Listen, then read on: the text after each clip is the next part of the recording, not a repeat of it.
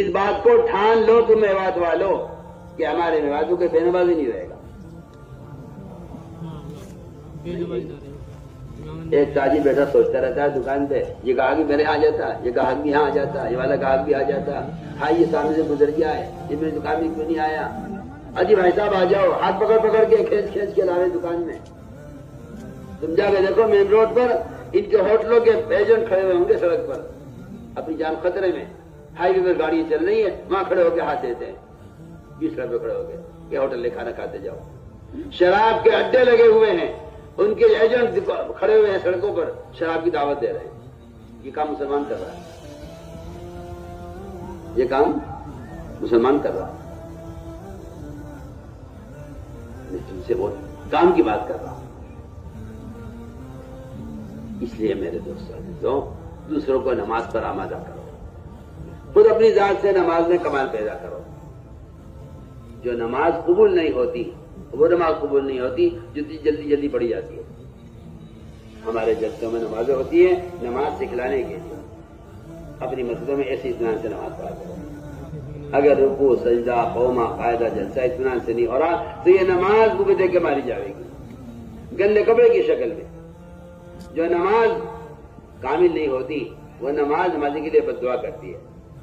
دکان نہیں چل رہی، کھیت جڑ گیا، سیلاب آ گیا، پیداوار کو کیڑا لگ گیا، دکان خرقے ہو گئی، کسی نے دکان پہ چھوٹا مقدمہ ڈال دیا، اجی میں تو مظلوم ہوں، میری تو کوئی غلطی نہیں ہے. اچھا تم نے تو نماز کو برباد کیا، اب نماز کی بد دعا لگے تجھے. نماز کی بد دعا لگتی ہے دکان کو. یہ دکان کو، یہ نماز کو ضائع کرتا ہے دکان کے لیے. اللہ دکان کو ضائع کرتے ہیں نماز کی وجہ سے. ہو یہ رہا ہے. یہ بیچارہ یہ کہتا رہتا ہے جی کسی نے جادو کرا رکھا ہے. کیا جادو، کیا سحر؟ ہم تو اس کو مانتے ہی نہیں ہیں. ہم تو صاف باتیں کہتے ہیں کہ تو نے اپنے عمل کو بگاڑ کر نماز کی بد دعائیں تو لے رہا ہے. جس طرح مظلوم کی بد دعا لگتی ہے یتیم کو ستانے والے کی، یتیم کو ستانے والے کی جو بربادی ہوتی ہے وہ یتیم کی بد دعا سے ہوتی ہے.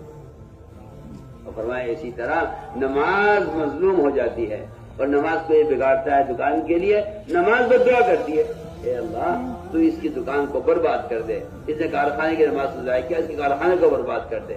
اس نے اپنے کھیت کے تیار کے لیے نماز ضائع کی، اس کی کھیت کو اجاڑ دے. نماز بد دعا کرتی ہے نمازی کے لیے. اس لیے ہمیں چاہیے کہ لمبی لمبی نمازیں پڑھنے کی مشق کیا کرو.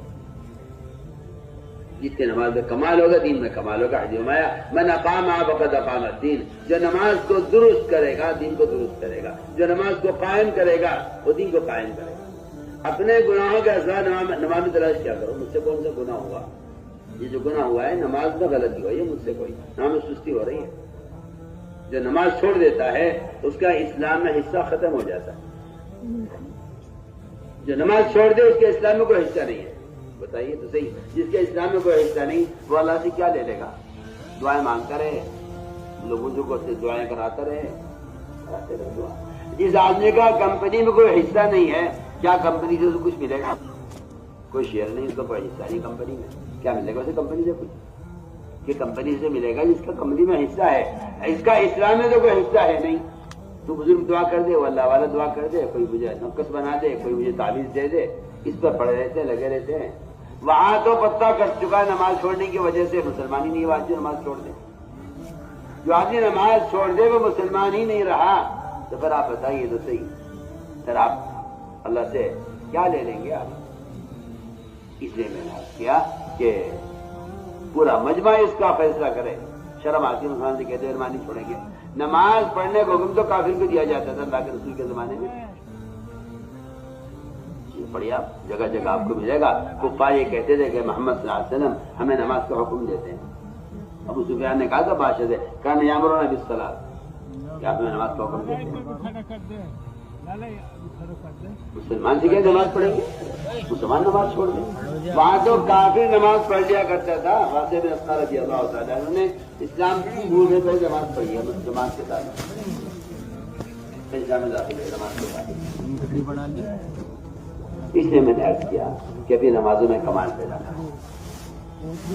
تہجد کا، اشراق کا، چاشت کا، اوابین کا. جماعت میں نکلنے کی غرض ہی یہی ہے یہاں دکان میں لگا رہتا ہوں، نماز نفلیں چھوٹ جاتی ہیں، یہاں دکان کی مجموعے سے کبھی کبھی سنتیں چھوٹ جاتی ہیں، آہستہ آہستہ سنتوں کا نفلوں کا مزاج ختم ہو رہا، دن بھر کھیت سے تھکا رہا کے لیٹ گیا، رات کو تھک گیا، بدن تھکا ہوا ہے،